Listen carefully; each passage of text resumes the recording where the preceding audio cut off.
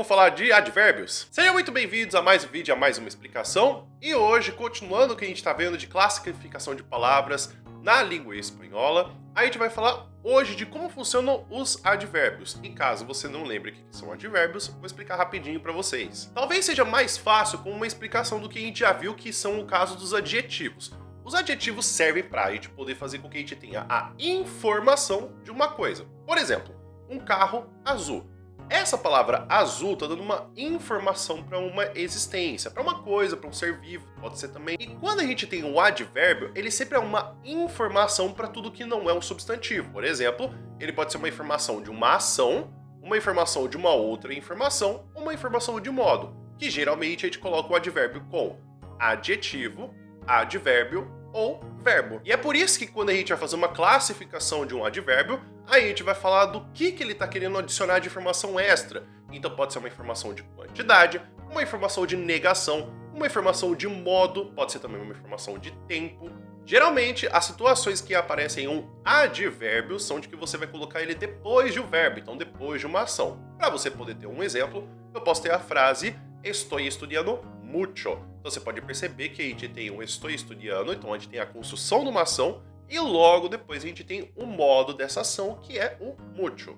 Você pode perceber que essa questão que a gente colocou do advérbio de colocar "estoy estudiando mucho" poderia ser retirada. Então isso significa que o advérbio ele não é uma informação tão necessária quando se coloca numa frase. Você pode colocar um advérbio, sim, mas ele traz uma informação extra, ele não é uma informação essencial da frase. Assim como também a gente tem para um adjetivo, eu posso ter também a questão de um advérbio assim, es muy guapo. Ou também eu posso ter um advérbio para outro advérbio. Então eu mostrei primeiro um advérbio para um verbo, um advérbio para um adjetivo e agora um advérbio para um advérbio. Por exemplo, trabaja muy bien. E para poder ter uma pequena diferença do que apareceu agora do que eu estava explicando, tem o caso do muy e do mucho. Os dois significam muito. A questão é que mucho vai falar de quantidade e o muy vai falar de intensidade. Então, geralmente, quando você está utilizando o muy, você está utilizando ele antes de uma informação para poder dar uma intensidade.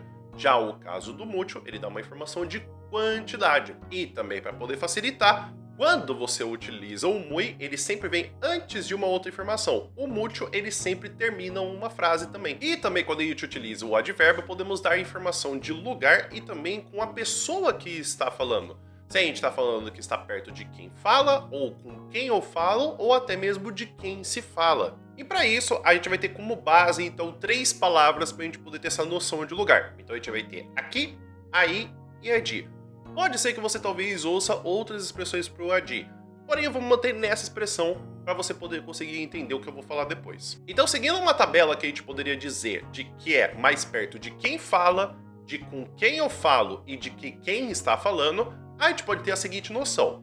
Se eu utilizo o aqui e acá, eu vou ter um sentido que mais ou menos que eu posso ter no mesmo do demonstrativo, que é en este lugar. Então eu posso ter um exemplo, aqui trabaja mi hermano Pepe.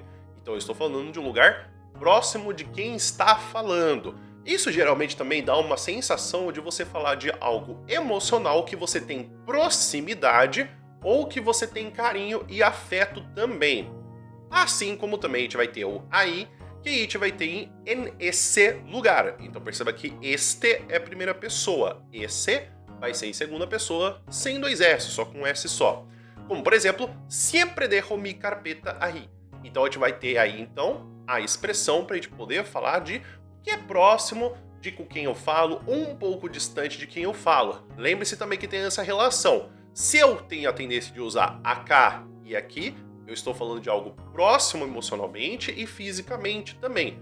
Já quando eu utilizo o aí, eu estou querendo fazer um distanciamento. Então pode ser que talvez eu não tenha tanto relacionamento ou uma distância tanto emocional quanto física. E por fim, o allí ou allá, eu vou ter en aquel lugar. E por isso que eu vou ter como, por exemplo, uma frase: el alumno permaneció allí durante la clase. Então, eu vou ter o allí, la clase, allí durante la clase, perdão, para poder falar, então, da distância que eu vou ter, que ela é distante tanto de com quem eu falo e de quem fala. Para poder mostrar, então, essa questão de distanciamento. E por fim, também podemos ter para usar advérbios a questão de frequência de tempo. Então você pode perceber até agora que o mais comum que a gente tem é de advérbios na língua espanhola, assim como também a questão do português, é que a gente vai utilizar os advérbios para poder fazer uma questão de lugar e de tempo. Então, para você poder saber alguns advérbios de frequência de tempo, vou te dar alguns. Então a gente tem sempre, generalmente, normalmente, a menudo, frequentemente, a veces, nunca. Não estou falando que são todos. É legal que você já tenha conhecimento desses e aí depois você vai desenvolvendo o seu vocabulário para poder aprender mais. Para você poder ter 2 exemplos de frases, frequentemente juego al fútbol e nunca juego al tenis. Você pode perceber então que geralmente a tendência é se colocar no começo da frase. Isso geralmente acontece para você poder falar de advérbios de frequência ou de tempo, porque para você poder colocar o tempo na frase, geralmente é uma informação necessária e você tem a tendência de colocar no começo da frase para já começar ela. Lembrando também que os advérbios de frequência pode ser também de quantas vezes você faz alguma coisa em dado período de tempo. Para poder dar um exemplo para você, temos aqui então, você pode utilizar una vez al día, todos los días, 2 veces al mes, una vez a la semana, muchas veces al día e una vez cada 3 dias. Para você poder ter alguns exemplos de frases, você pode ter 3 veces a la semana practico natación ou una vez al día hago gimnasia. Então é isso, pessoal. Espero que vocês tenham entendido, espero que vocês tenham gostado.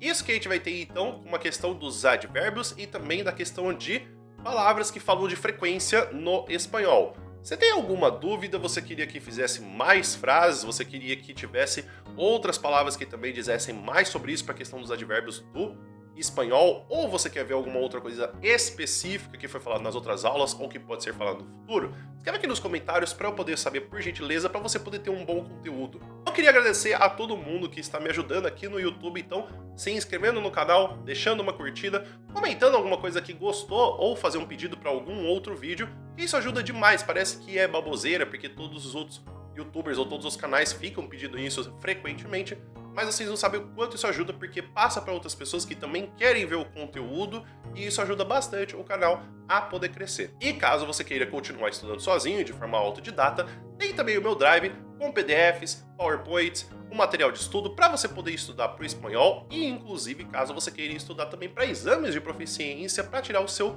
certificado de proficiência do espanhol aqui embaixo do meu vídeo. E caso você queira também vir estudar comigo, tanto para você poder ter fluência no espanhol, quanto você se preparar para exames de proficiência, para você poder tirar o seu certificado que comprova a sua fluência do espanhol, tem também os meus 2 cursos aqui embaixo para você poder ver. Tem tanto de proficiência, os exames de proficiência de espanhol, quanto também o de fluência espanhol. Os 2, você pode utilizar um cupom para você poder pagar R$40 para ter o acesso vitalício e caso você não goste do curso, você pode pedir o dinheiro de volta em 30 dias. E vale lembrar que esse preço é o valor total. Então, caso você não goste do curso, você pode pedir esse valor e no ano que vem você não vai ter esse pedido de novo de pagar R$40. É R$40, pronto, e você tem o acesso vitalício e é isso. O vídeo vai ficando por aqui. Muito obrigado por vocês terem assistido e terem ficado até aqui. Espero que o dia de vocês seja muito bom e que vocês estejam todos bem. E a gente se vê no próximo vídeo. Até mais!